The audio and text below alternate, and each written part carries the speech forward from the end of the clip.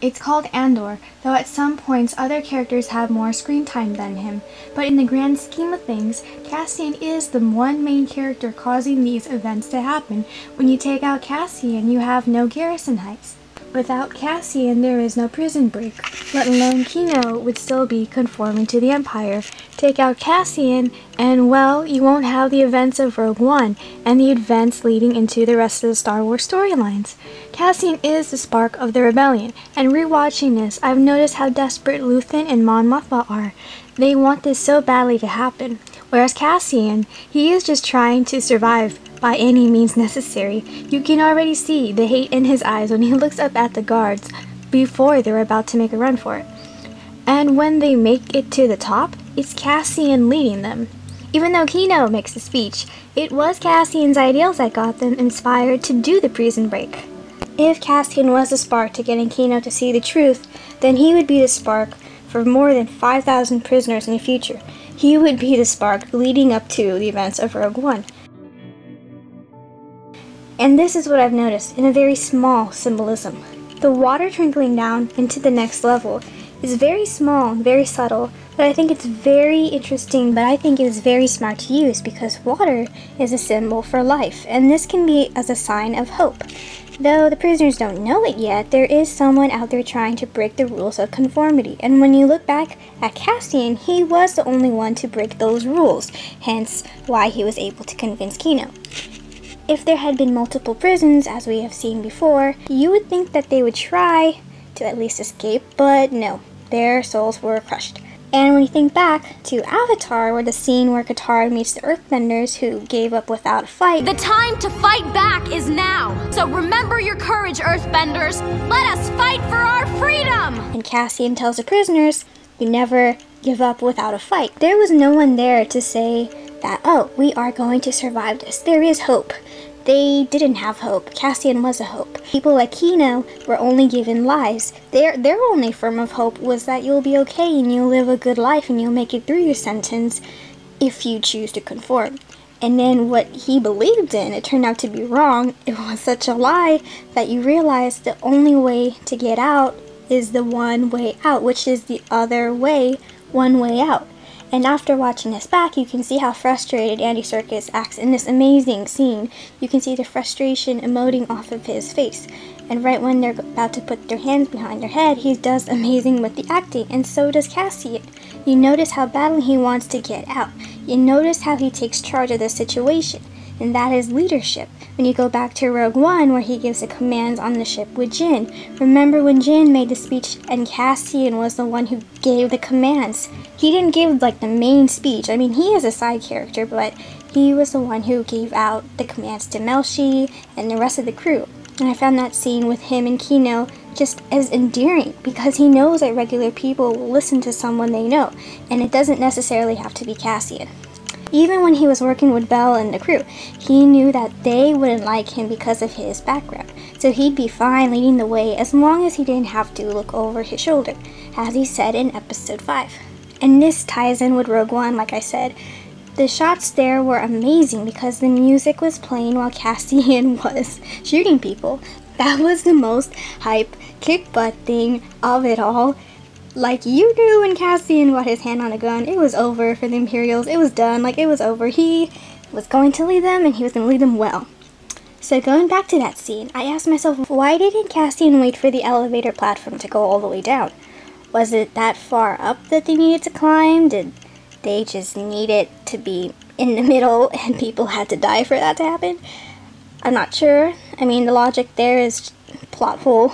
The logic there is just plot armor, but how come Kino wasn't fried from when he was standing? I thought that was a bit weird. Does that mean the floors were only electrically shocking certain people, or it only worked on specific parts of the floor?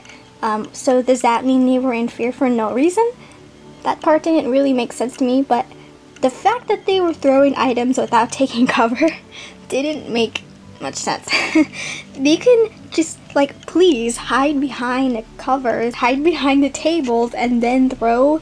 You would have, like, some sort of, like, protection, but they were just there totally vulnerable and exposed to, you know, get shot at. And Well, I get it. It's not thoroughly planned out. They didn't have enough time, and it was last minute for them to come up with a plan.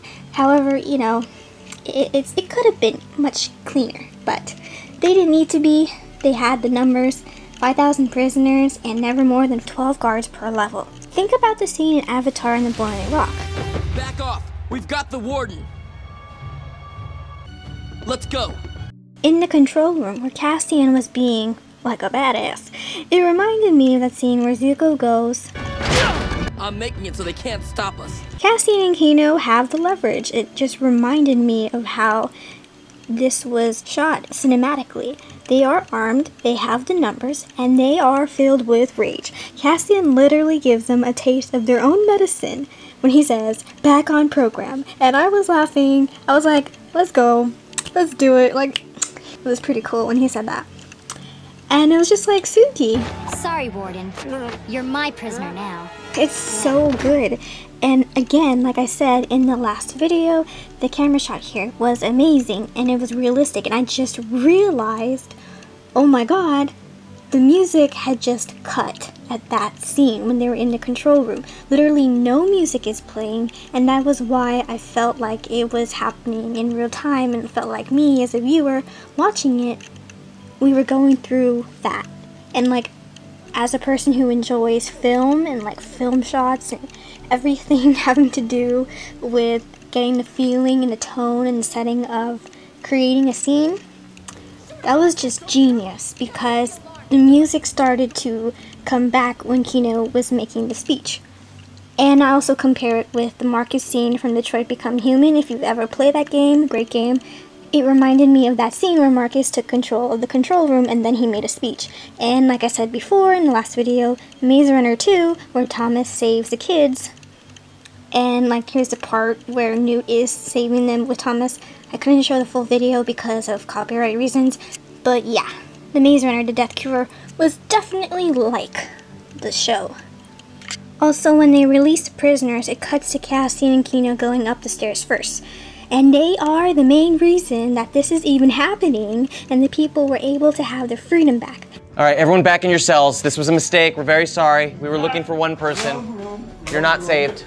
Just as this was crazy inspiring on so many levels, the music was perfect, the score was perfect, the camera shots were perfect. The build up of having this amazing outcome was leading you up this brilliant, well thought out scene, and the writers did really good at creating this. It was very simple, and although someone told me that it was kind of boring, it was kind of dragging, and sure, I mean, people have different opinions. For me personally, I thought it was really good if you learn to appreciate it like from a cinematic film standpoint. I thought it was special. I thought the thrill of it made me think that this was the season finale. Aldani, it had tension for sure, like that episode, but I think it just goes about knowing that it was happening so soon and so fast. So were you prepared for it? Were you prepared for them breaking out? It was just really quick. It was like super quick. And I was for sure that, you know, you could be like, oh, I'm dead, I'm dead, I'm dead. I will go down without a fight, and I'm dead. Just like the characters there, they had already given up. And Cassian was the one that had the fire in him already. And I think his time in prison has really helped him not only become a better spy, but hopefully within the next 2 episodes we'll see him become more of a rebel.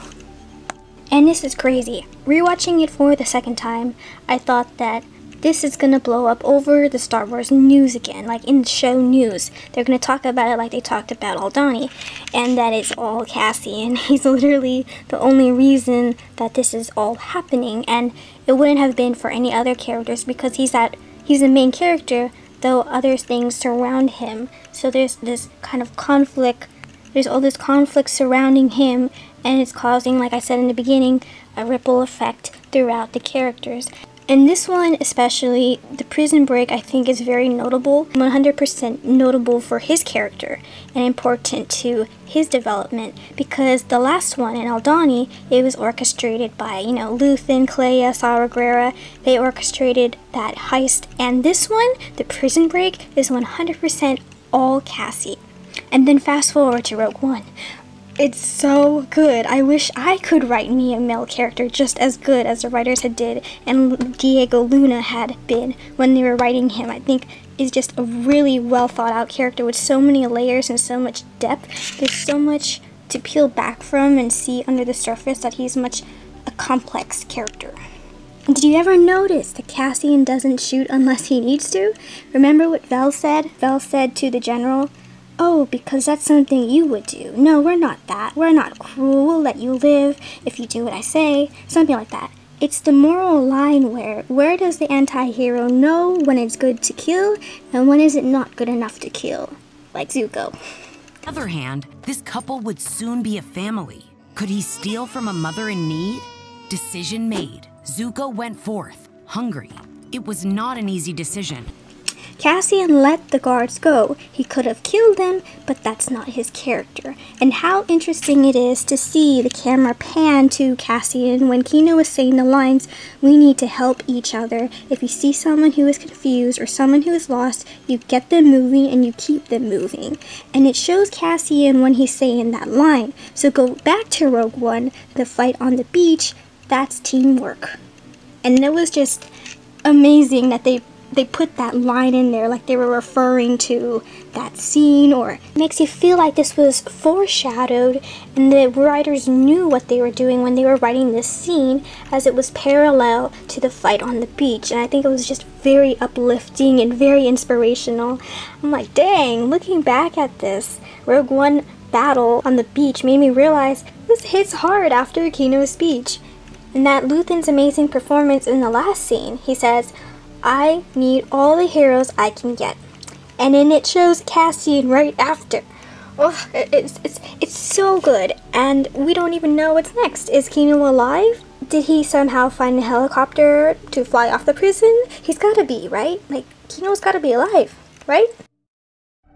So as I was recording this audio for this entire video, it was very hard for me because I was having trouble with the space and the storage, and I kept getting my audio cut and deleted, so this has become a much of a pain for me to do, so I'm not sure if I'll be doing more narrating videos.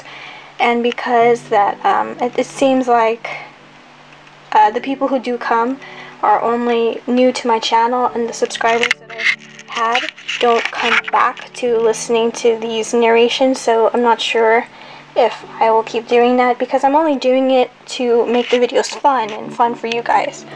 So if I'm not enjoying it, I don't know if you guys are enjoying it, but yeah, making these videos are hard. I don't know how people do it, but yeah, if you guys enjoyed it, you can let me know. If you didn't, you can also let me know. I hope you liked my interpretation of this episode for the second time, and if you share it helps a lot. It helps beat the algorithm. Bye, stay safe.